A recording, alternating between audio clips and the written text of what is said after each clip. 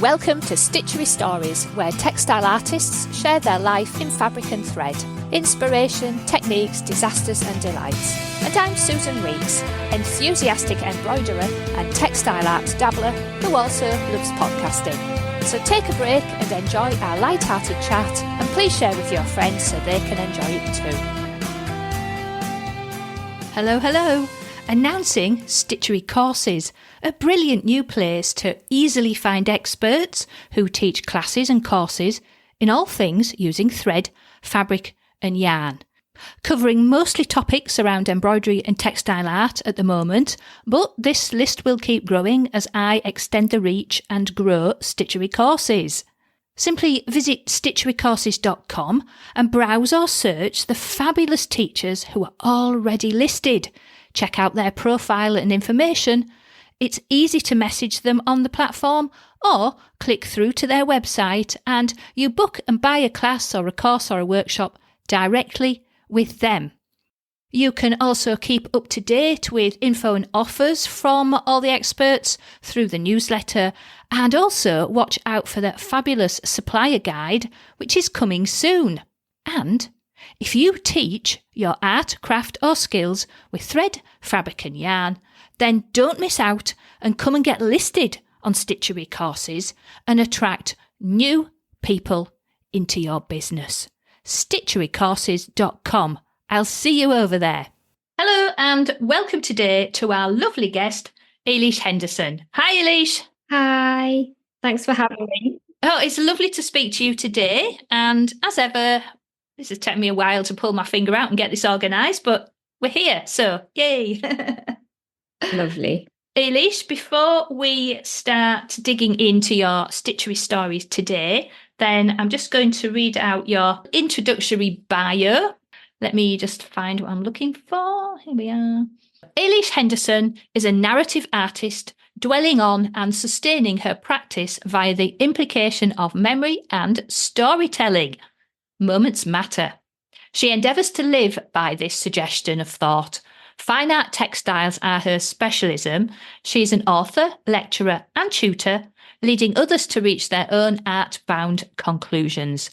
She has had 3 UK solo exhibitions to date, has travelled to Rome, Italy to exhibit key works, and has also got another solo exhibition coming up in October 2024 in London. Her work has been featured in numerous publications, including Embroidery and Selvage magazine. So a nice intro there, Ailish. So we'll be coming back to quite a few of those things because that's sparked questions in my head as usual. We can find Ailish at ailishhenderson.com. And is it mostly Instagram, Ailish, where we can find you on socials? It is. So that's Ailish_H_. So if we search for Ailish Henderson, we'll find you easily enough. And of course, everybody, all of Ailish's links, and there'll be other things being added as well, are on her episode on stitcherystories.com, where we have all the links and extra images and all those things. And of course, you can follow on Instagram as well, Stitchery Stories Podcast. And I share all sorts of little other bits and pieces of information about Ailish and her episode. Would you like to share with us what you're working on and what has got you really excited? Well, I've had the privilege for the past year or so to be writing a book, which has always been an absolute dream, really. Growing up as someone who loved stories, then that absolutely made it for me, being able to write my own, as it were. So yes, that is the big thing at the moment. So I'm waiting for the release of that and all the excitement that surrounds that, and also having that 4th solo exhibition, really celebrating the book, which will be out at the same time in October. Right. So we'll come back to those in a bit more detail. So let me get this right. So your book is coming out 10th of October, right? And then you're also having an exhibition that's tied into the book release. It is. It's really the book come to life. Oh, I love that idea. What a lovely idea, the book come to life. Right, well, we're definitely going to be digging back into all of that. So I want to know all about how you got your book deal and what you've been doing and what's in it and all those good things. Presumably then you're now on the preparing for the book launch and your exhibition as well. The work never ends, does it? No, it doesn't. There's a lot goes on behind the scenes, as you'll know for these things. But yes, there's a lot behind the scenes, and probably for that small amount of time. And then, yes, a lot of preparation until it actually comes out in October. So, yes, I'm very much at the stage now where I'm finishing bits off and getting all the details ready for all the work to go off to the gallery and be put up for me. Wow. Yeah, so you're sending your stuff off and then somebody else is turning it into the exhibition kind of thing. I am, but the perfectionist in me is sending a plan. So don't worry. It is definitely all designed by Ailish. Yeah, because that must feel quite odd, I suppose, to have to send stuff off. But it's like, oh, I'm not going to be there. I'm not going to be there to sort things out. And yeah, I would Yeah, find that difficult. I have to admit, and I'm not an exhibiting artist, so I can imagine the stress. I've had to relinquish the control because although I would love to be either based in London or stay in London for a couple of weeks, it's just not possible. So, yes, I'm going to land on the day that my book comes out and da-da, appear and hope that it all has gone okay. But I suppose the other side of that is that's kind of one thing off your list, isn't it? Because you've done your plan and you're gathering and finishing stuff off now. Then tick, that's done. So that's the other side of the coin, isn't there, Ailish? You haven't got that bit to actually physically do and stress over as well, along with everything else. Because that's a lot, isn't it? Launching a book and doing an exhibition at the same time. It is, yeah.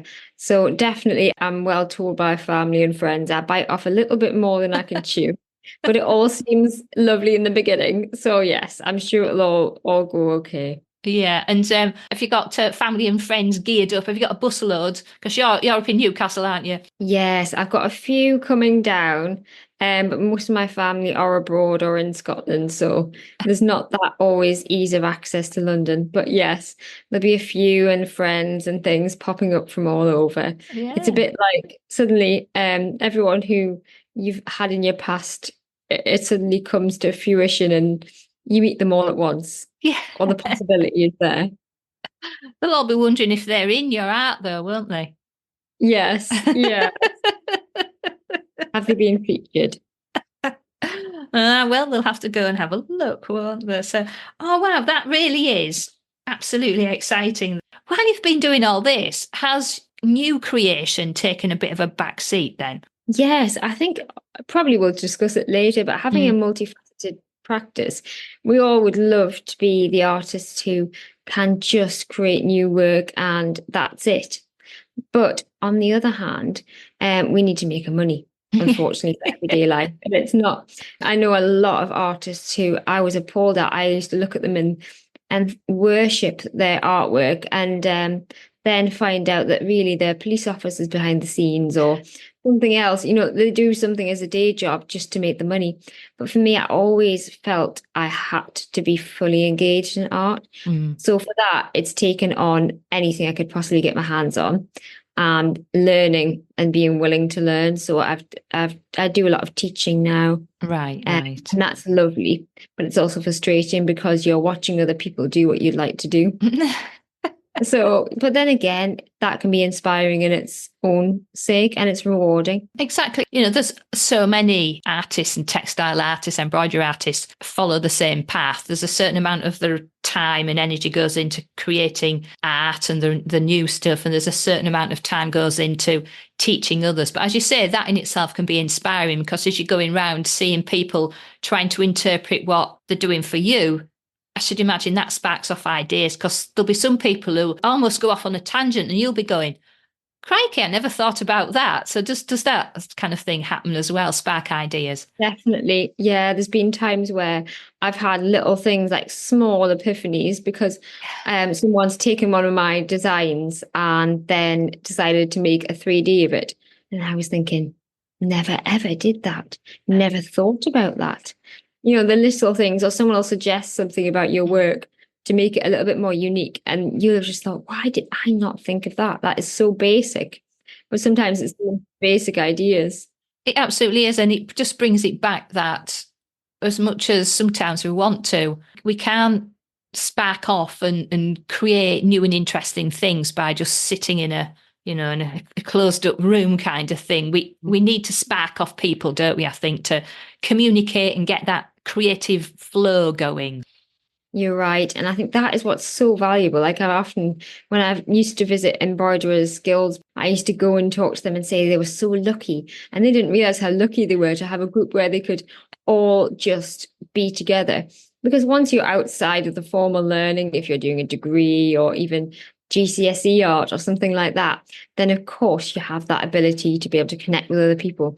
But as you get older, you then have to pursue a career in art if you're going to do it. And then that can be a very lonely life. So you've got to keep connecting and realize that it's not just a treat or a silly day out to go and visit an art gallery, because it does your head better and you're better in the long run for creating.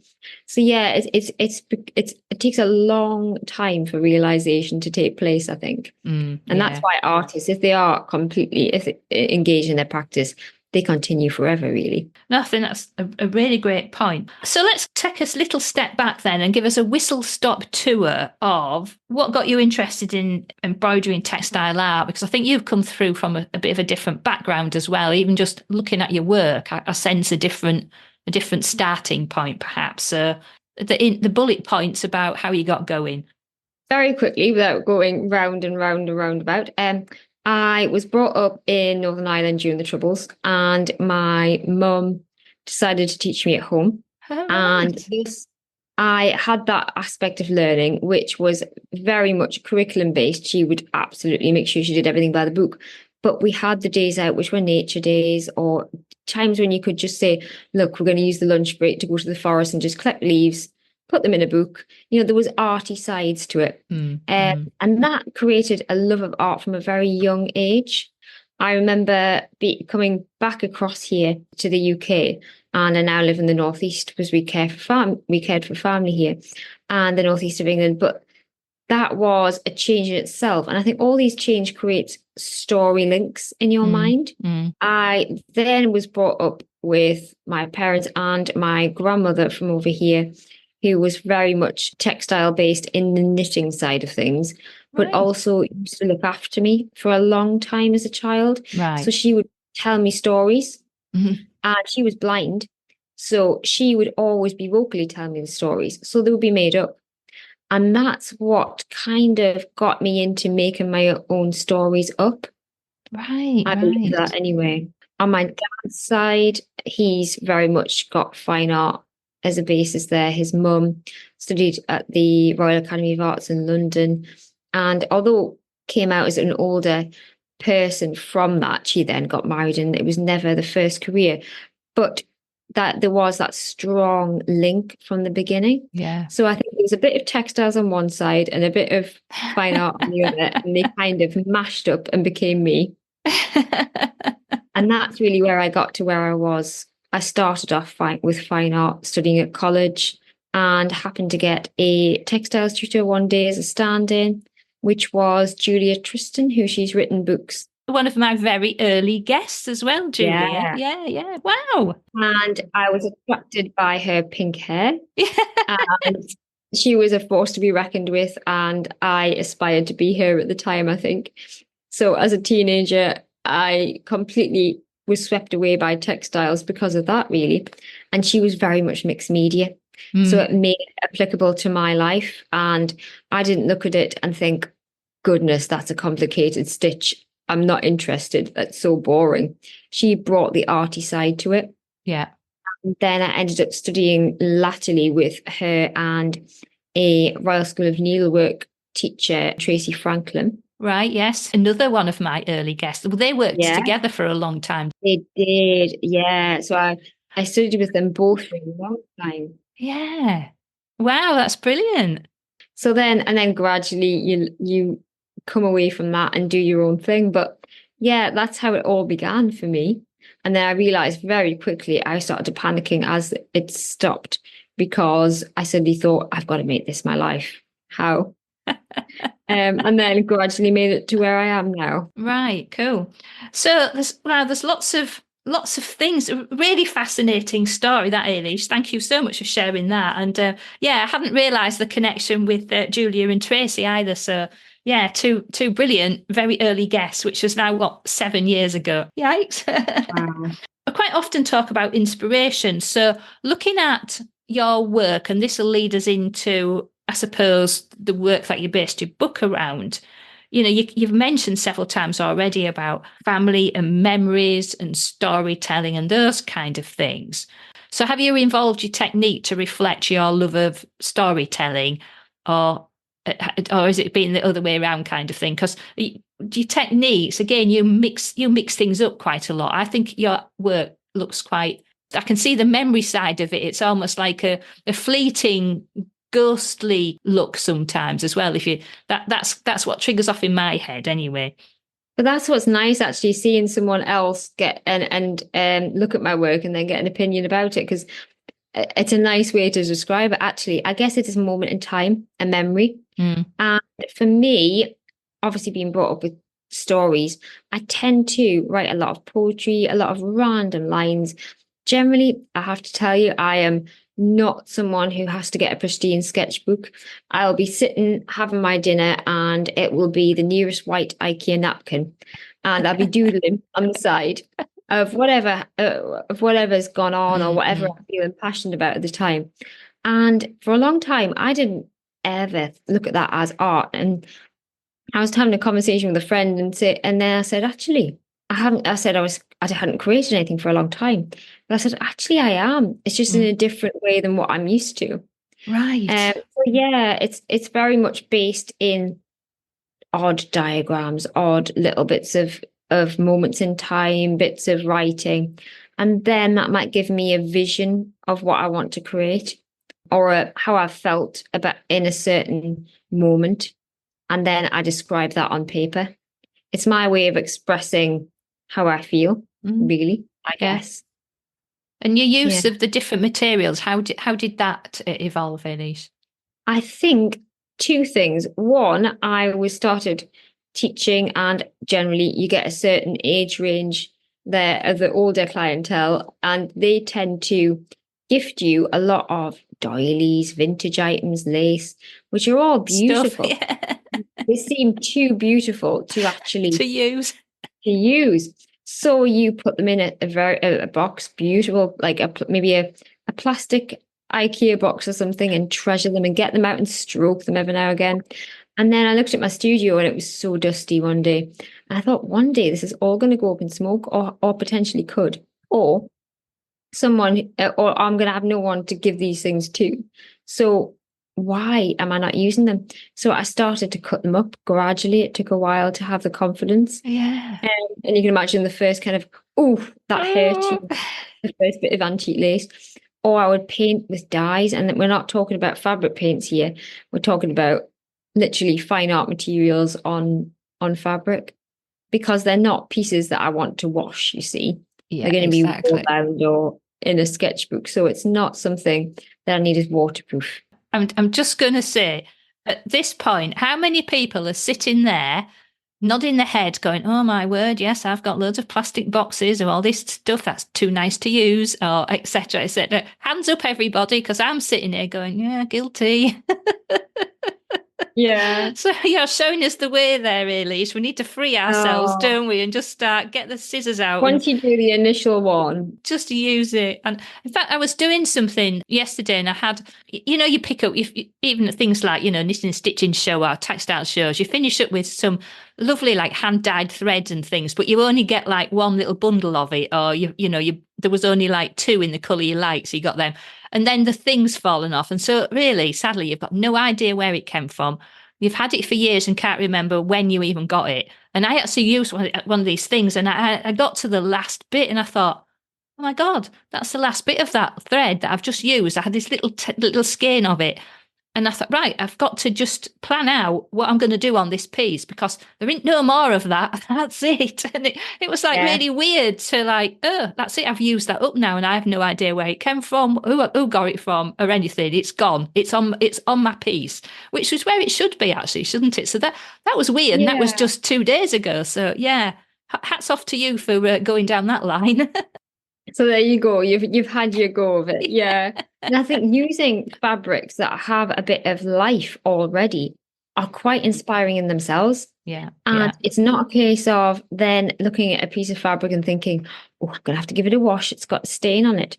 You actually appreciate the stains and you highlight them, which I think is lovely. It's part of the story, isn't it, of that piece of fabric? Yeah. So we're looking at multifaceted stories here. You know, it's not just in text. It can be very much visual as well. Yeah. And it's also, in some respects, not just your story. It's not just a story you're creating with those materials. Yeah. There's another story hiding in there from whoever's materials it was to start off with. Exactly. Yeah. Oh, I love that idea. Cool. And you sometimes sneak a bit of machine, simple line machine embroidery and that kind of thing in as well, don't you, to get your outlines and things? Yeah, very rarely I use a machine now. I'd love to, if I should get it set up more and actually use it more. But at the moment, it's more hand. But yes, I have. And I tend to always use the machine with a free machine embroidery foot. So it's basically like having a drawing tool, but on machine. Yeah. So the needle becomes my pen, effectively. Yeah, that comes across quite well, when the pieces I've been looking at. So moving on from there then, like I often talk about with guests, the high point of your career so far. So you've mentioned two already at the start, which is the book and the exhibition. So do you want to take a step back and, well, there might be some more highlights, but shall we focus on the one we're looking at the moment? So do you want to just give us a kind of a brief insight into, I mean, you said it was like a dream come true, writing a book. So how did that come into fruition and the kind of process and what your thoughts were about creating that book? And then we can quickly talk about the exhibition that goes with it, bringing the book to life, which I think is a brilliant idea. Well, I had very much a love of English literature and English as a child anyway. So I always had that as a basis, and it would always be the second option if art hadn't worked out. So that has always been the back burner. Growing and trying to create a career in the arts, I was then editor for an online textile art website for many years. And because of that, I got in contact with editors and wrote book reviews. Right. So I knew all the teams anyway, and never occurred to me. And then it was just, I started to try to think about the idea of a book, and I used to put in little ideas, but I'd never written a proposal before. I didn't have a clue how to do one. I gave this idea to Batsford and never heard back from a long time. I'd forgotten about it, to be honest. Woke up one morning when I was feeling a little bit sorry for myself and opened up this email and got the shock of my life. Wow. It was suddenly, I didn't remember sending it, for one thing. It must have been, and it was probably pre-COVID and this was after COVID. And suddenly it had all worked out, and it was a subject that I'd always wanted to talk about. Yeah. It was more of a last-ditch attempt. Well, I'll put that one in. Yeah. See what they say. Yeah, everyone's telling me that's my most distinct work, so I may as well talk about it and see what happens. And then that's when it all started.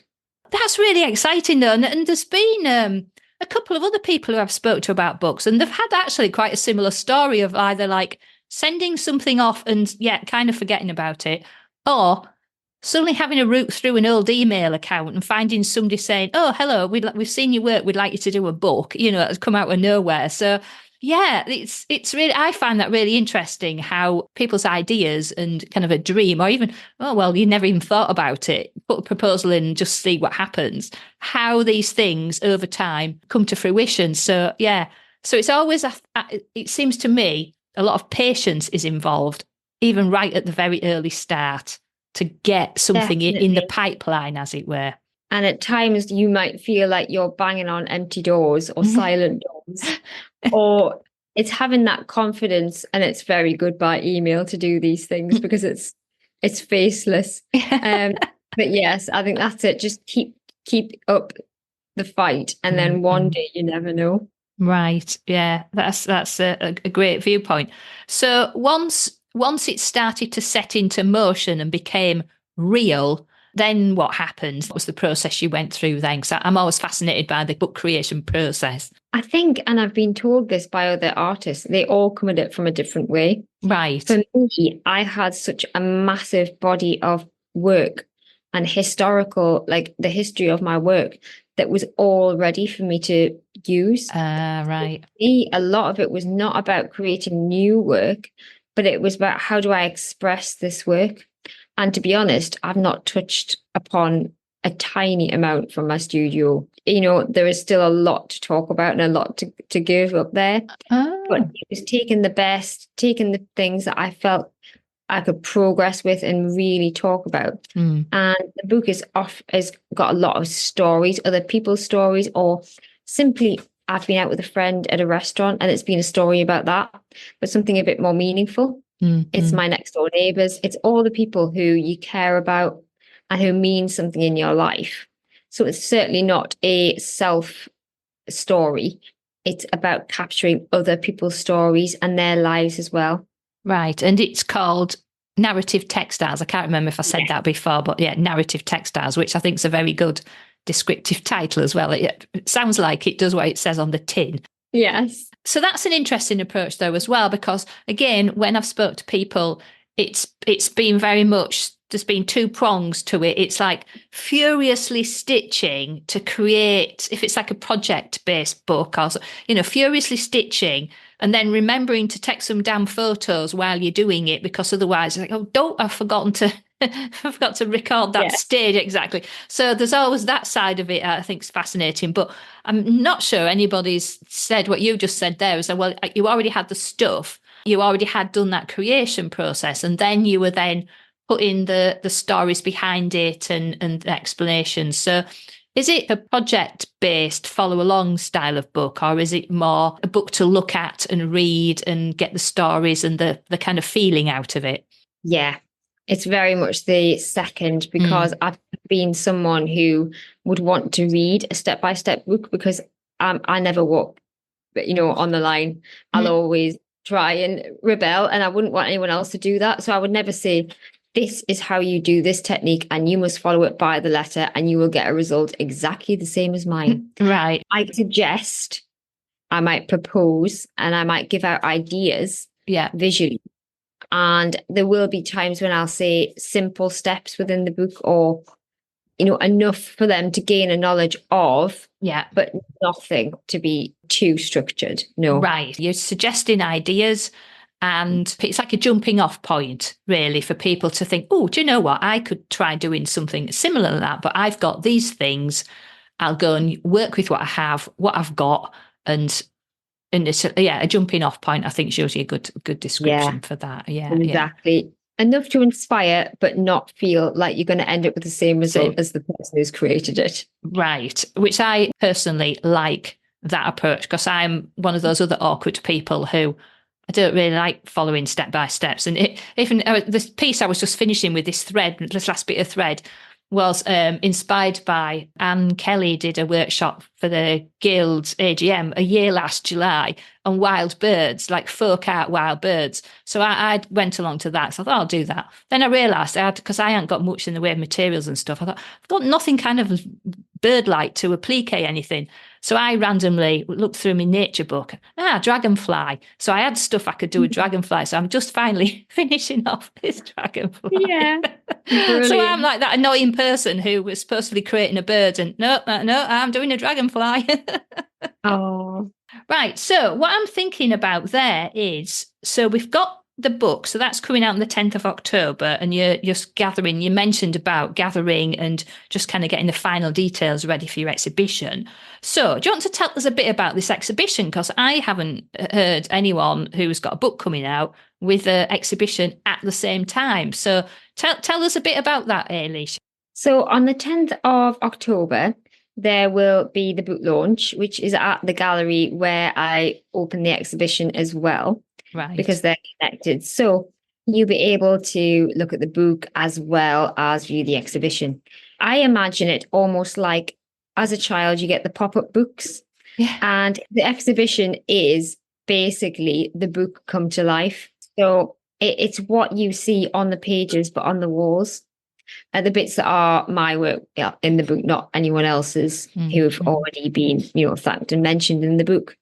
But that is the main key. It's the pieces and being able to visualize them properly and see them. Imagine, you understand, what that size is now, because you see it on a wall. You see the actual scale of it and the actual real thing. Oh, I think that's brilliant. Yeah. And which gallery is that in, Ailish? It's at the Batsford Gallery, and that's in London. So that makes sense now. Okay. What a great idea. So you're there from the 10th of October. How long have we got to go and see it, Ailish? It starts on the 10th and it finishes on the 20th. And are you going to be down there? Will people be able to come and say hello? Yes, I will be down there for the book launch on the 10th, and I will be around till about the 12th. I'll be dotting in and out, and I've got a workshop at the same gallery on the 12th. And is that to inspire people talking about narrative textiles? Yes, absolutely. So it's very much that way inclined, that you can have a little dabble and understand the technique for yourself. I think that's really lovely, actually. I bet you're really excited, aren't you, Ailish? Yeah, it'd be lovely to see it all come into reality and have that moment. Yeah, I don't think it's going to be quite real. It'll be real soon enough, won't it? Yeah, definitely. Oh, fantastic. And then as we wrap up for today, I know you've got that. There's been a hell of a lot of work going on. Are you looking to the future? Any little nuggets to share with us? Are you going to have a big rest? What are you going to do now? I've got a lot of teaching commitments this year and then really see what way to progress into next year.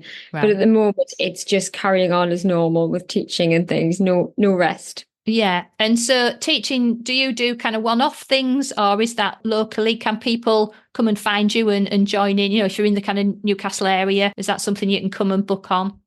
I do them at galleries in the Northeast, but also further afield. I've got some in Edinburgh later on in the year, and they're all available to book through their individual gallery websites. But I mention as many as possible on my own website as well. Right. Yeah, because that can be a thing, and for others who do this same sort of thing, it's all very well and good going to these different places. But if somebody like me further south wanted to think, right, do you know what? I'm going up to Edinburgh, I'm going somewhere. What's going on? It can be absolutely impossible to find who's doing what. So, if you are doing things at other people's venues, please tell us. Don't keep it a secret. Yeah. Definitely. Thank you so much for having me today. It's been really wonderful. I've really enjoyed just that little glimpse there of the work that's gone on and working in creating that book. And you've really put a different perspective on this as well, I think, with how you've approached it and what's happened. So it's been really, really interesting. Yeah, so you can carry on with your classes and then we'll see what 2025 brings along, shall we? Because that'll be here before we know it, won't it? Yes, yeah. Do you know what? Thank you so much, Ailish. It's been absolutely fascinating talking to you, and I'm glad we've finally got to this point and that your Stitchery story is now going to be out in the world, along with the other storytelling of your narrative textiles. Thank you so much for putting up with me and for sharing your story with us today. Thank you, yeah. And I really appreciate that. If you enjoyed this episode and want to hear more, then please join the Stitchery Stories fan club so you can get an email when a new episode is released. It's a quick and easy way of listening and of keeping up with any news and information around this podcast. Please visit stitcherystories.com. Of course, you can listen to Stitchery Stories on plenty of podcast apps at Apple Podcasts, Google Podcasts, Spotify and plenty more besides. You can also ask your smart speaker to play Stitchery Stories podcast too. But wherever you listen, why not leave us a rating and a review to encourage other people to listen too? I very much appreciate you taking the time to do that for me. So that is the end of our Stitchery story for today. Keep stitching, keep smiling, and keep creating your very own Stitchery Stories.